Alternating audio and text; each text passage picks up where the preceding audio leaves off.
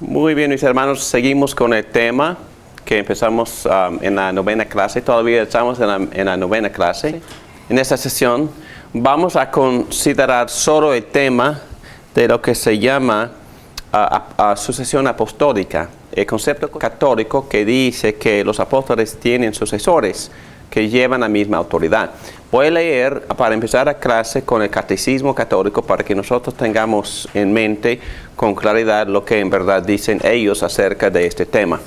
Para que la misión confiada a ellos pudiera continuarse después de su muerte de los apóstoles, consignaron por testamento, por así decirlo, el deber de completar y consolidar el trabajo que habían comenzado a sus colaboradores inmediatos, instándolos para atender a todo el rebaño en que el Espíritu Santo les había nombrado para pastorear la iglesia de Dios. Por consecuencia, designaron tales hombres y luego tomaron la decisión de que ellos hicieran lo mismo en su muerte. Otros hombres probados deben hacerse cargo de su ministerio, así como el oficio que el Señor confió a Pedro solo, como primero de los apóstoles, destinado a ser transmitido a sus sucesores, es permanente. También perdura el trabajo de los apóstoles de apacentar la iglesia, un cargo destinado a ser ejercido sin interrupción por el orden sagrado de los obispos. Por lo tanto, la iglesia enseña que los obispos han tomado el lugar de los apóstoles como pastores de la iglesia por institución divina. De tal manera que quien los escucha, escucha a Cristo. Y quien los desprecia, desprecia a Cristo. Y al que envió a Cristo. Bastante fuerte, ¿no? Respuesta. Ok, voy a ir rápido porque ya hemos tocado en un sentido estos temas. Y por eso yo puedo correr un poco más rápido. Pero número uno, la idea de que otras personas llevan la misma autoridad de poder recibir y transmitir revelaciones infalibles es ajena al Nuevo Testamento. Es decir, no se ve en el Nuevo Testamento. Y a ratito voy a considerar los textos que ellos usan para defender esta posición. 2. Y ya hemos tocado esto, pero me encanta este punto porque este punto me dice todo. Los apóstoles tienen ciertas cualidades que son únicas, que solo ellos tienen, o tenían, o tuvieron, porque ya se murieron. Como número 1, testigos de la resurrección de Jesús. Y también como requisito en el libro de los Hechos, por haber estado con Cristo durante su ministerio aquí en la tierra, Hechos 1, 21, 22. Por tanto, es preciso que se una a nosotros un testigo de la resurrección, uno de los que nos acompañaban todo el tiempo que el Señor Jesús vivió entre nosotros, desde que Juan bautizaba hasta el día en que Jesús fue llevado de entre nosotros.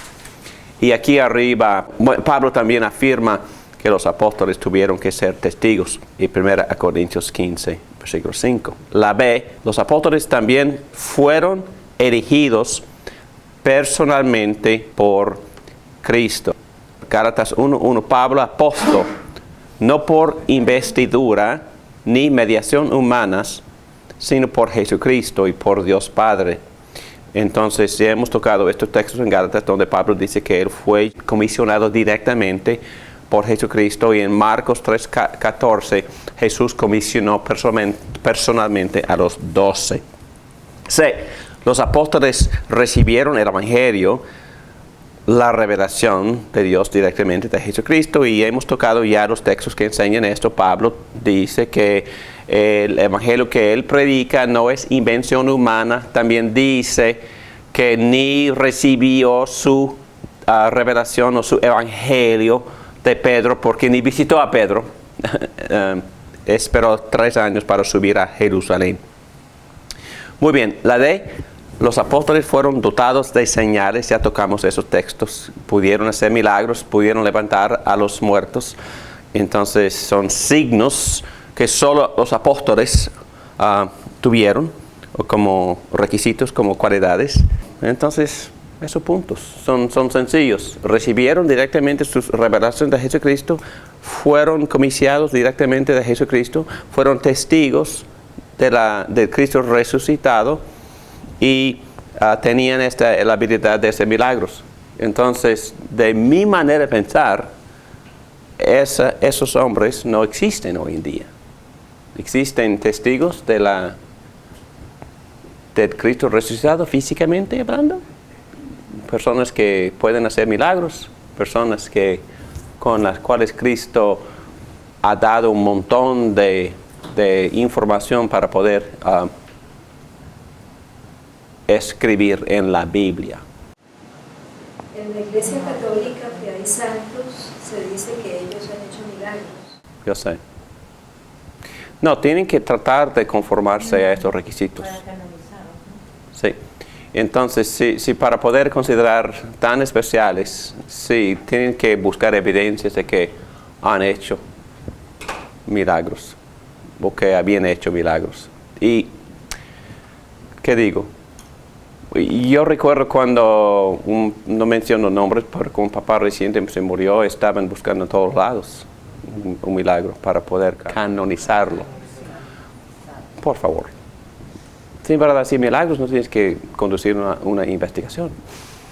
Esos milagros de Jesucristo siempre salen a la luz inmediatamente hasta que Cristo tuvo que decir, shh, cállense por favor, porque no puedo moverme en estos circos si ustedes siempre están compartiendo lo que estoy haciendo en cuanto a milagros. Entonces, no tuvieron que buscar los milagros. Todo el mundo iba tras Jesucristo.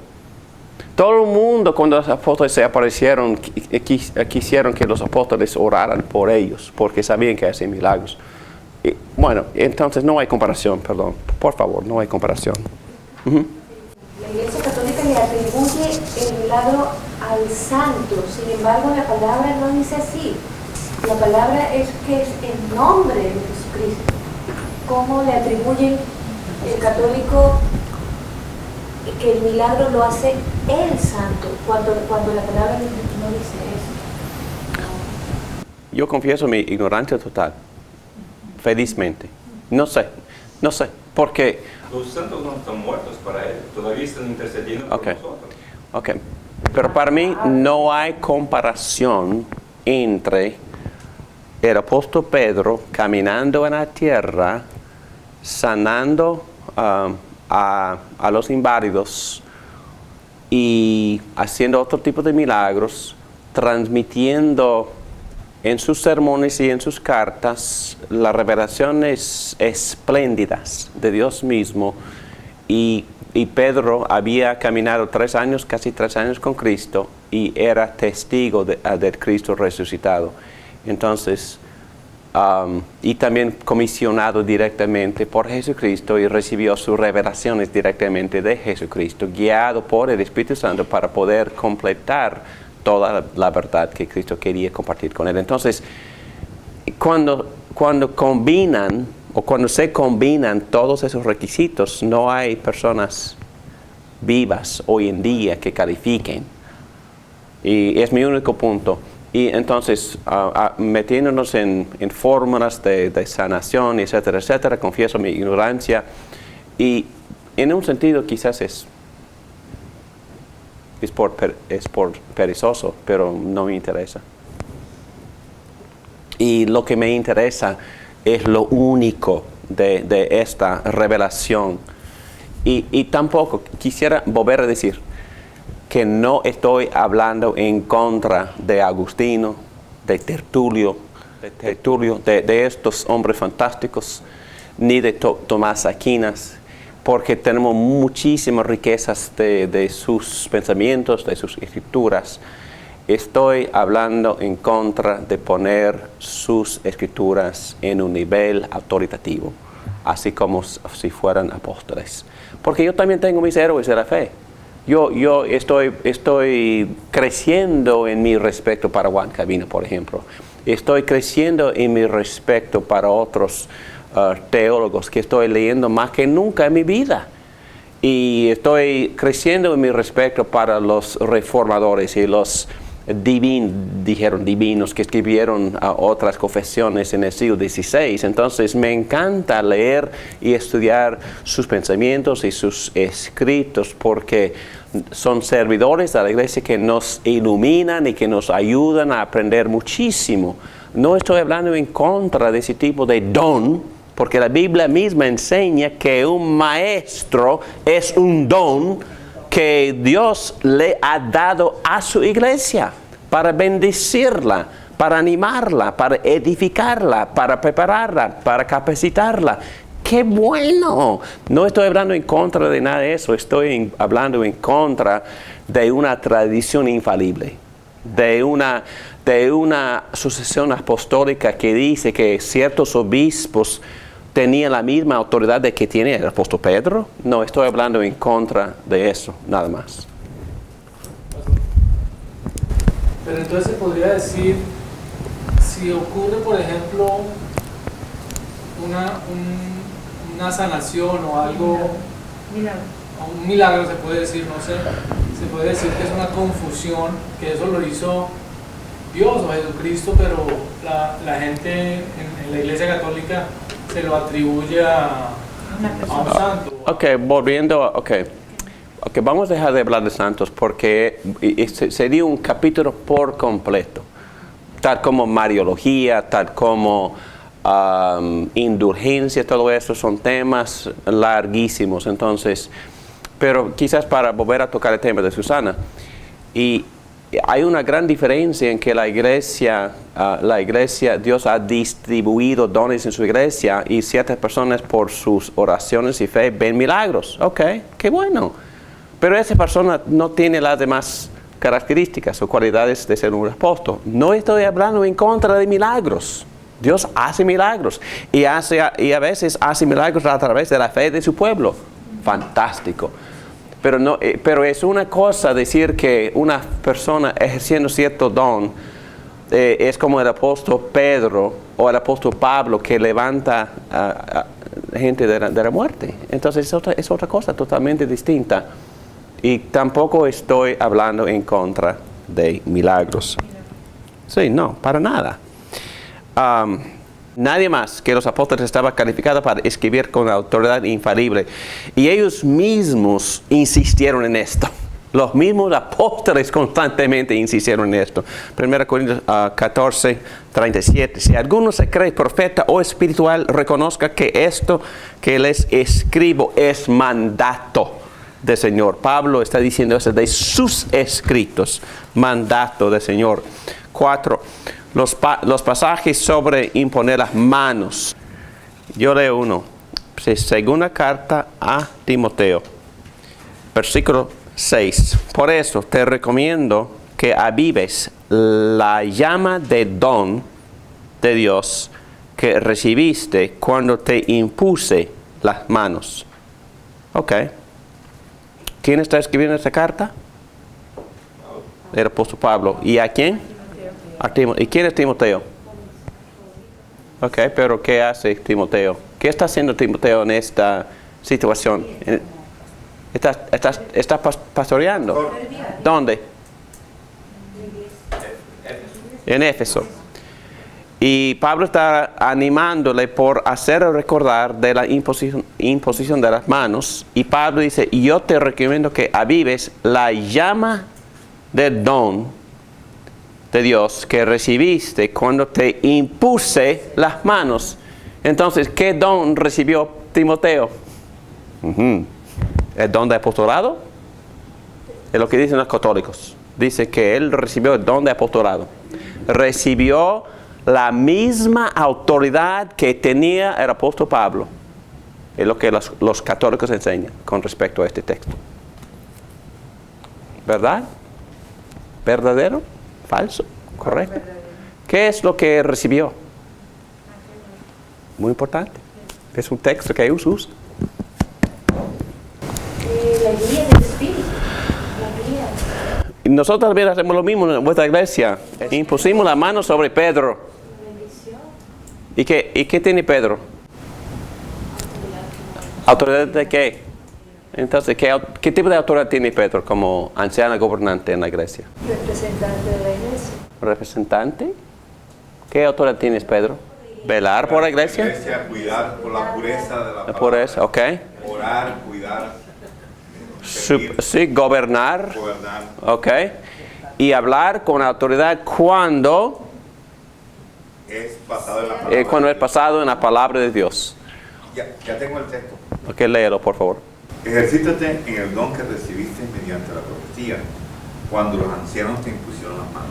Oh, en este caso los ancianos. Ajá. Entonces, bueno, entonces no es apóstol en este caso. Los ancianos también practican lo que se llama la imposición de las manos para incluir a otro en esta pluralidad de líderes gobernantes que llevan cierta autoridad que ellos ejercen.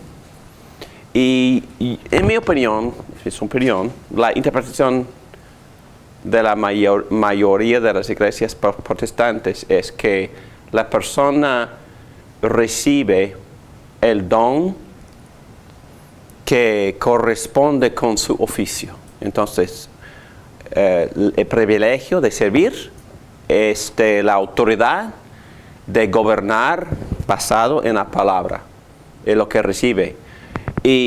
Pero Pablo implica que algo más. Dice que avives la llama del don.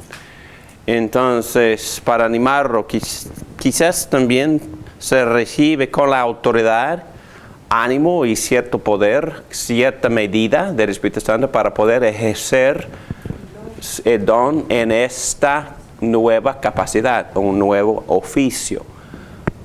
¿Ok? Pero no dice nada acerca de que Timoteo ya tiene el privilegio de recibir revelaciones nuevas directamente de Jesucristo y de poder escribir la Biblia.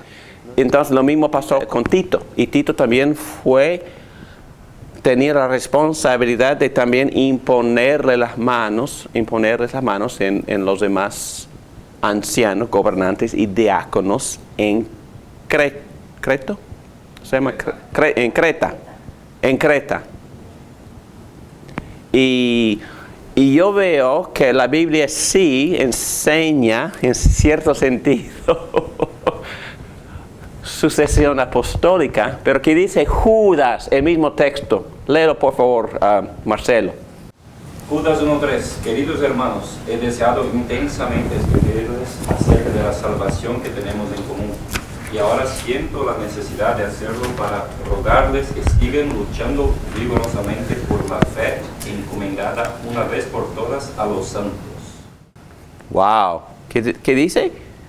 Que sigan luchando vigorosamente por la fe. En este caso, fe, ¿qué significa? ¿El Evangelio? El Evangelio, la sana doctrina.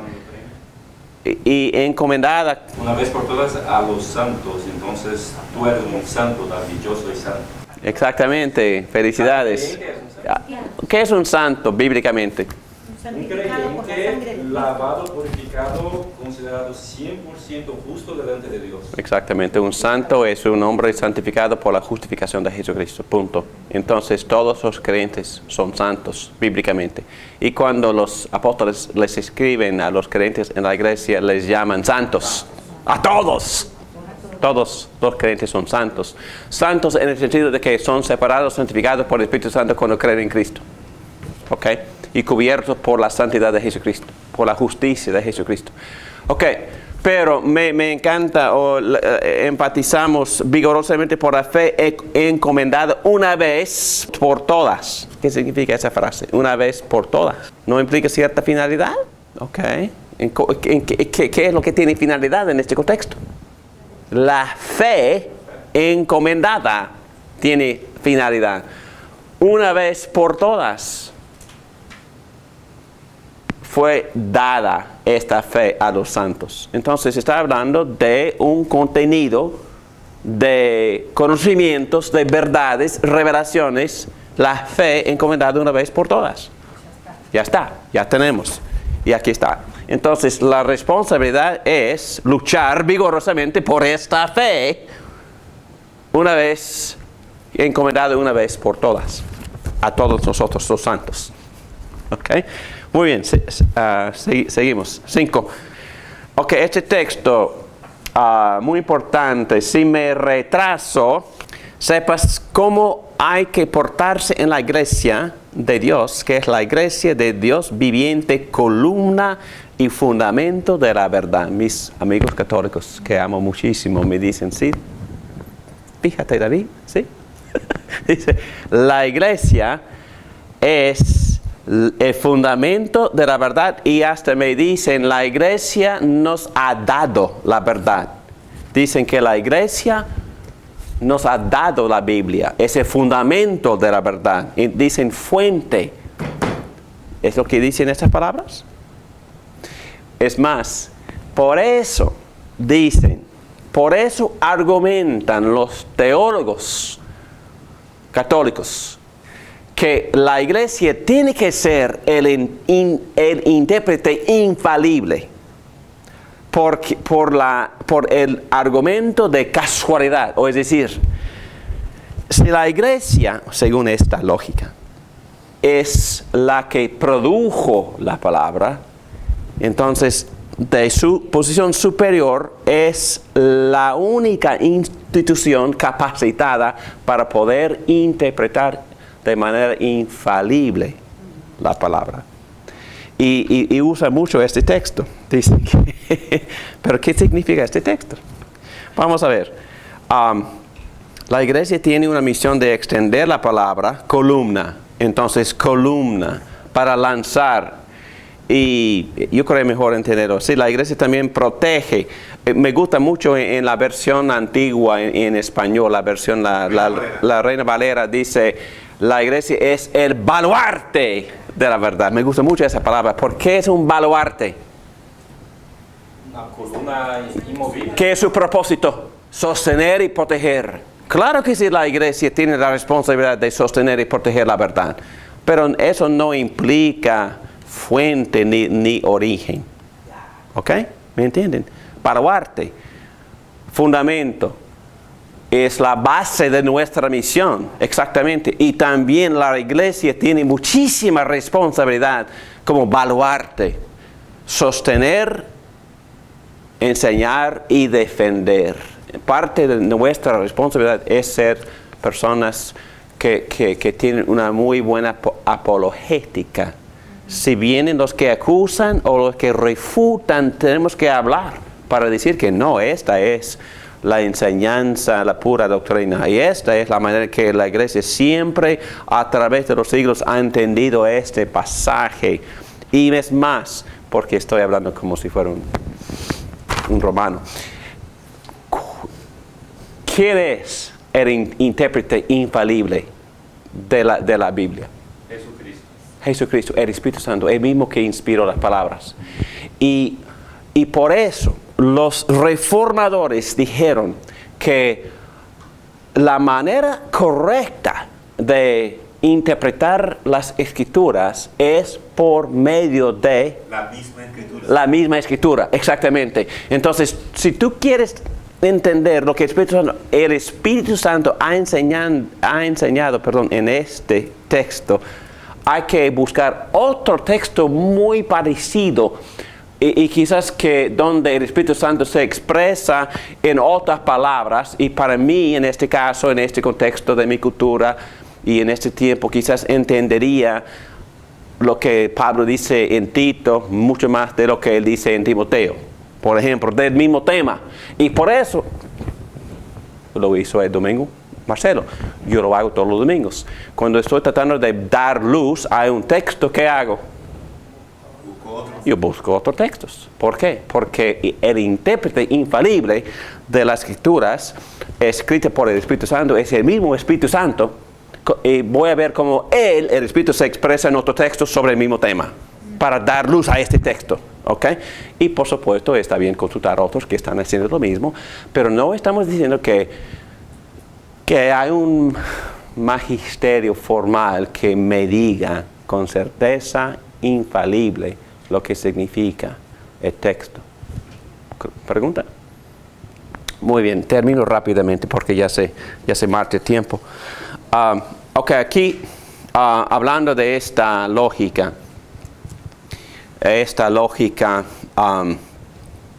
que dice que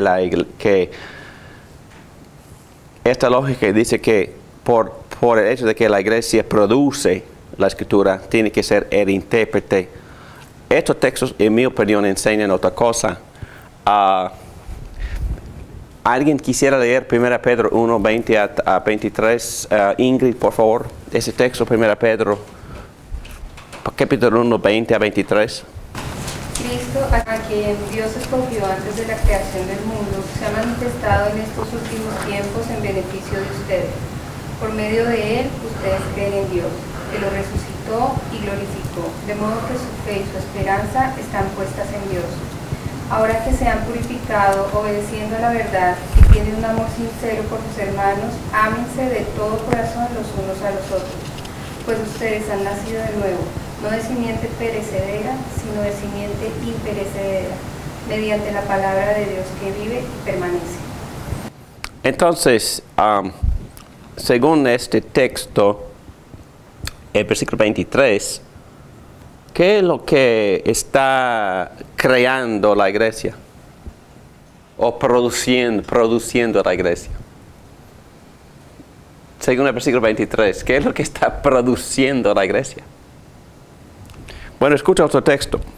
Por esto, despójense de toda inmundicia y de toda maldad que tanto abunda, para que puedan recibir con humildad la palabra sembrada en ustedes, la cual tiene poder para salvarles la vida.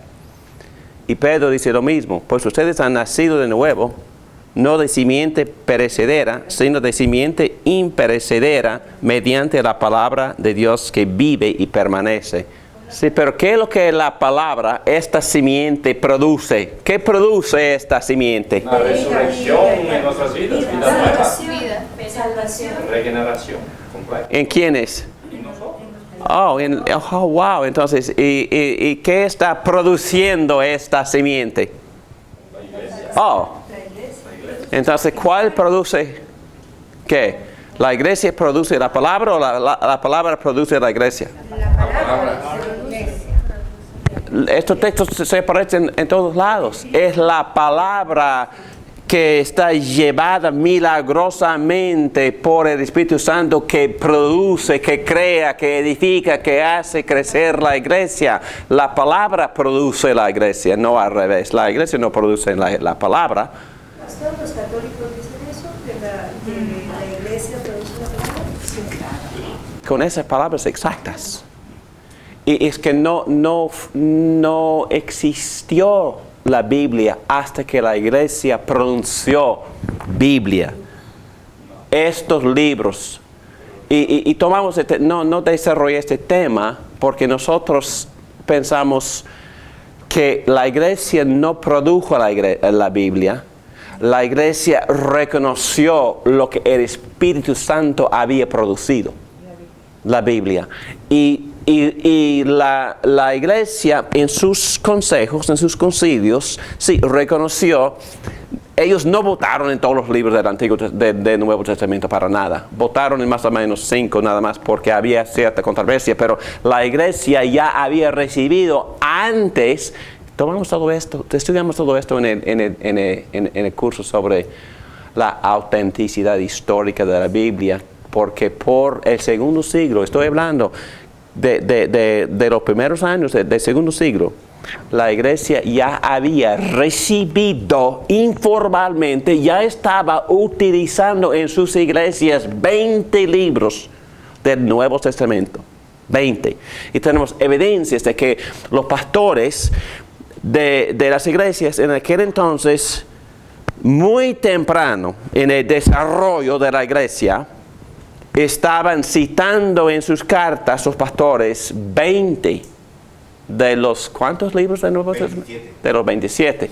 Entonces no había controversia. Tampoco no había ningún concilio que tomaron decisiones formales. Es que la iglesia había recibido estos libros porque llevaban en sí autoridad, llevaban en sí voz de Dios, llevaban en sí autoridad de Dios, llevaban en sí poder transformador, porque ese poder ya había producido esas iglesias. Y por eso no había ningún argumento, ninguna discusión por el mismo Espíritu Santo que había producido estos libros.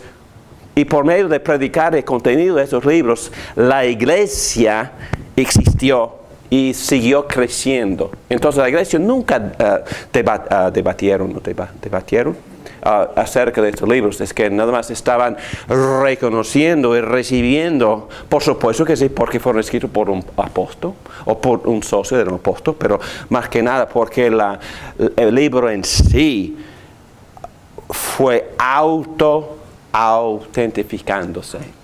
Sí, es una palabra. Entonces, el carácter del libro en sí fue evidencia suficiente para que la iglesia lo usara y lo considerara voz y palabra de Dios. Ok, rapidito, porque tengo que terminar.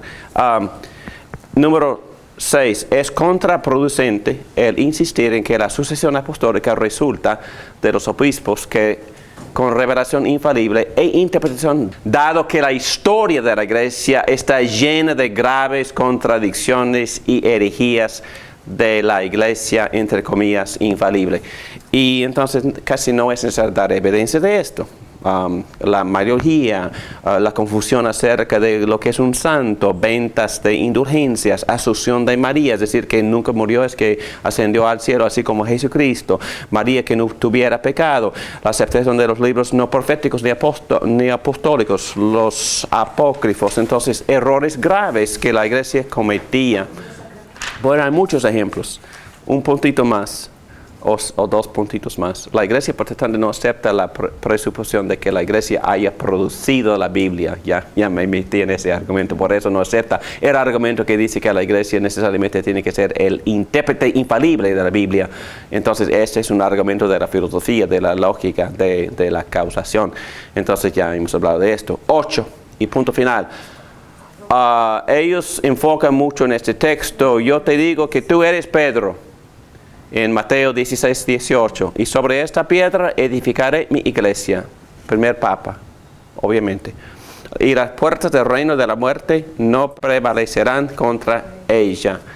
Y habla de las llaves del reino y todo eso en el mismo contexto. La iglesia está fundada sobre la roca de Pedro como un representante de los apóstoles con esa asombrosa confesión. ¿Qué confesión?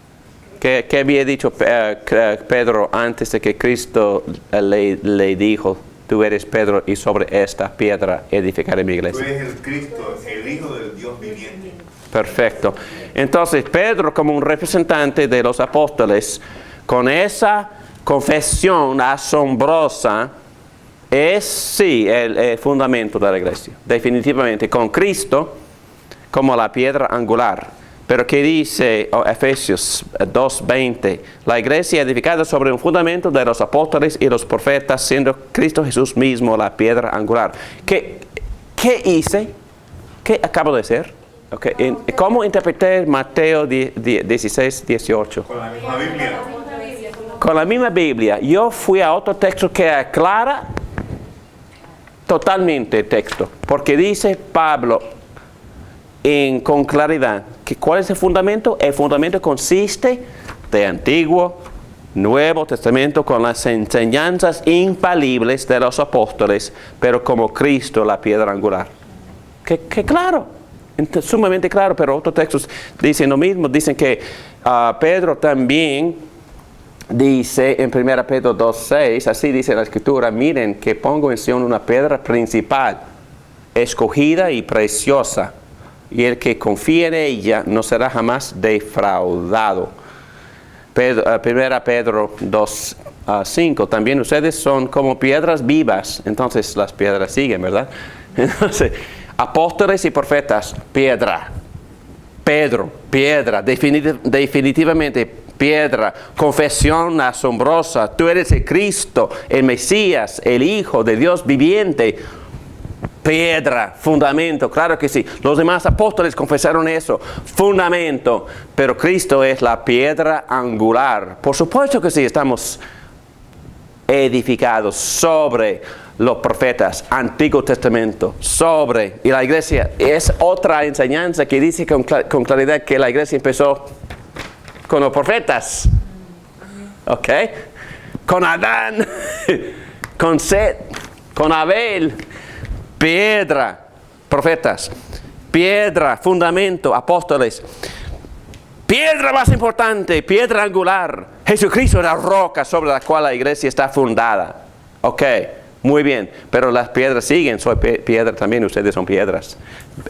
Pedro dice que todos somos piedras vivas. Y Dios sigue edificando su iglesia, su casa espiritual con piedras vivas. La iglesia se funda sobre piedras vivas, apóstoles, profetas, Jesucristo. Y nosotros estamos en parte de este edificio, esta casa, una casa espiritual hecha de piedras vivas. Y la iglesia va a seguir creciéndose. ¿Ok?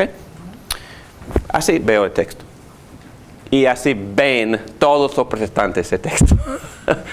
Empezando con los apóstoles, no empezando con Martín Lutero, empezando con los apóstoles y con los padres de la iglesia. Así vieron el fundamento de la iglesia, con los apóstoles y profetas confesando que Cristo es el Mesías, Hijo de Dios viviente, y que Cristo obviamente es la piedra angular. Vamos a orar, por favor. Padre nuestro, damos gracias por este fundamento de profetas y apóstoles. Gracias por Cristo, la roca sobre la cual nosotros ponemos nuestros pies. Gracias porque nos has incluido, nos has producido para que seamos parte de la iglesia. Nos has producido por medio de la Biblia, por medio de la palabra viviente, llevada por el Espíritu. Tú nos hiciste nacer de nuevo y formar parte de la casa espiritual como piedras vivas. Gracias por incluirnos, gracias por amarnos, por salvarnos y por darnos esta palabra de vida que nos ha hecho nacer y que sigue fortaleciendo y nutriéndonos. Gracias por tu palabra infalible, la cual es la Biblia. En el nombre de Cristo Jesús, la piedra angular. Amén.